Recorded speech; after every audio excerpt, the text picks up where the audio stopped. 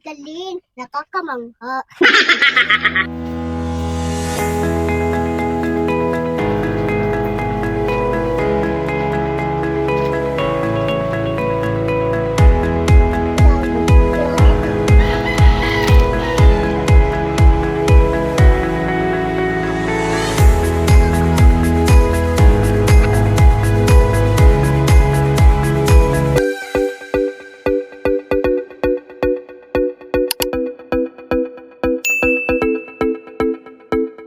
Hello, hi mga Nay! Isa na namang a day in a life with Aling Monang for today's video. Pasensya na nga pala kayo kung ilang araw din akong wala na namang upload kahit na marami naman akong stock videos dito sa gallery ko. Kasi naman, wala ako sa mood para mag voice over gawa ng nasira nga yung aking mic. Pero dahil bumababa na naman nga yung aking reach, kailangan ko na talagang mag-upload. Day off ko nga pala nung araw na to at syempre, kailangan na naman nga mag-prepare ng maaga para mag-asikaso ng estudyante at ng aking trabahante. Naubusan na nga pala kami ng stock na bitin kaya naman kailangan talagang maaga magising para hindi magahol sa oras dahil sa kahoy nga magluluto. Pagkatapos ko makapagsaing at makapag-ready ng pangulam ni Kuya Vil, sumabay nga ako sa kanya pagpasok sa school dahil bibili kami ng baon niya at wala nga akong barya. Kakasahod ko lang din kasi kahapon at pagkatapos ko siyang maihatid, diretso nga rin ako sa grocery para bumili ng mga ibang pangangailangan namin. Medyo nagmamadali din ako dito kasi gusto ko sana na maabutan muna si Bossing bago nga siya makaalis at makapasok. Pero dahil medyo nagtagal ako sa grocery, hindi ko na nga rin siya naabutan.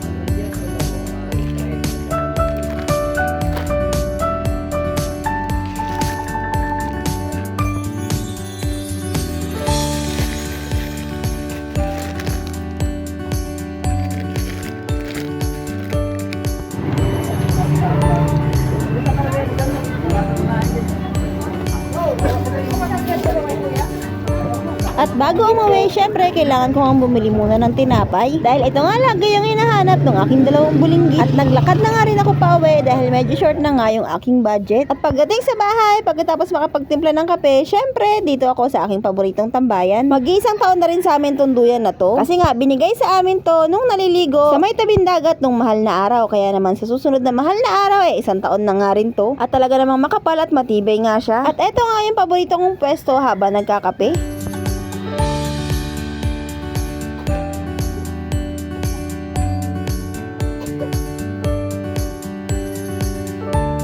At nung matapos nga ako makapagmuni-muni, dumiretso na nga rin ako dito sa washing para makapaglaba. Una ko na nga nilabahan yung mga puti. Kasi kumot naman yung isusunod ko dahil yung mga kumot namin amoy tao na. Baka kapag hindi ko pa nilabahan maging amoy tain na. Diyos mio.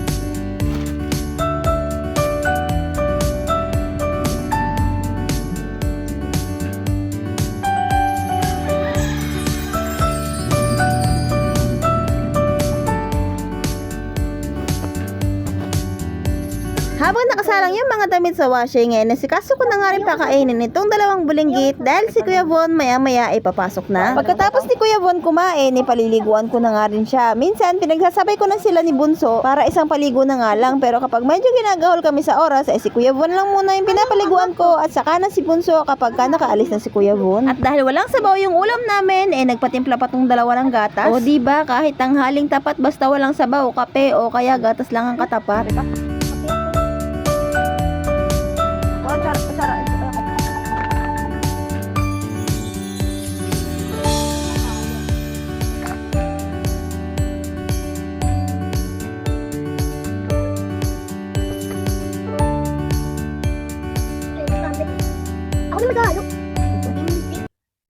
galing. Nakakamangha. O diba, hindi naman halatang lagi niya napapanood si Miss Nakakamangha niyan. Upo na, Ambet. Mamaya huwag kayo magawin matapos. Ano ko yan? Parang papel. Tatapon eh. Pagkatapos kumain, pinaliguan at minihisan ko na nga rin si Kuya Von para kahit na inaantay niya pa lang yung service niya, nakaayos na nga siya.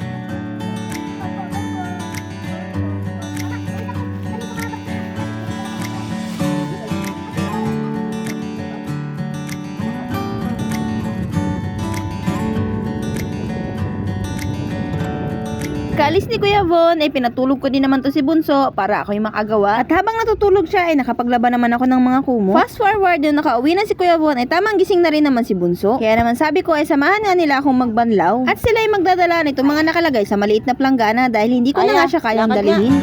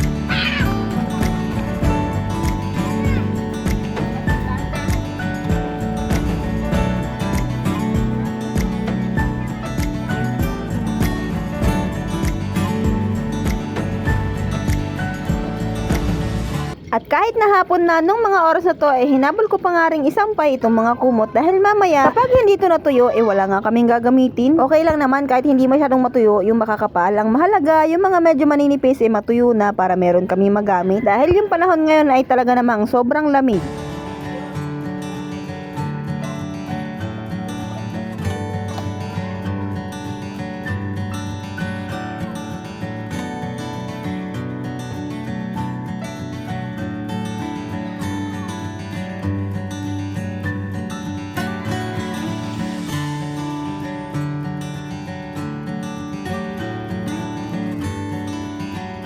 At akala nyo ba tapos na ako? Pwes hindi pa po. Inuna ko lang talagang isampay itong mga kumot kasi nga gagamitin namin. At eto pat naiwan pang pinapaikot itong aming mga damit. At maski gabi na, eto nga't ginagawa ko pa rin siya. At eto talaga yung reason kung bakit kahit day off ko, talaga namang pagod na pagod ako. Kasi naman hindi talaga kakasya yung isang araw na day off para sa sandamakmak na labahan. At dahil madilim na nga, inuna ko na muna nga asikasuhin itong aming pang-ulam. Eto yung 2 gabing nabakaw ni Kuya Vilt at hindi pa nga nalilinisan. Kaya naman nilinisan ko na nga lahat para nga ito yung maging pang-ulam namin ngayong gabi.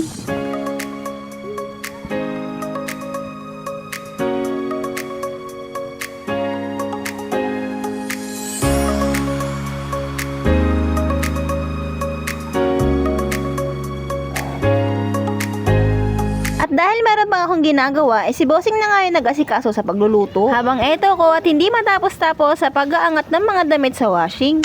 Eto lang din talaga ang kaalwanan pag naandito si Bossing kasi kapag kami ginagawa ako, nandyan nga siya at nakahalili sa akin. Pagkatapos din naman makapagluto, kumain na nga din kami. Anyway, maraming salamat sa iyo kung nakaabot ka sa part na to ng video ko. Marami pa akong gagawin kaya pinapatulog ko nga ng maaga tong mga bata. Anyway, see you sa next video po. Thank you for watching.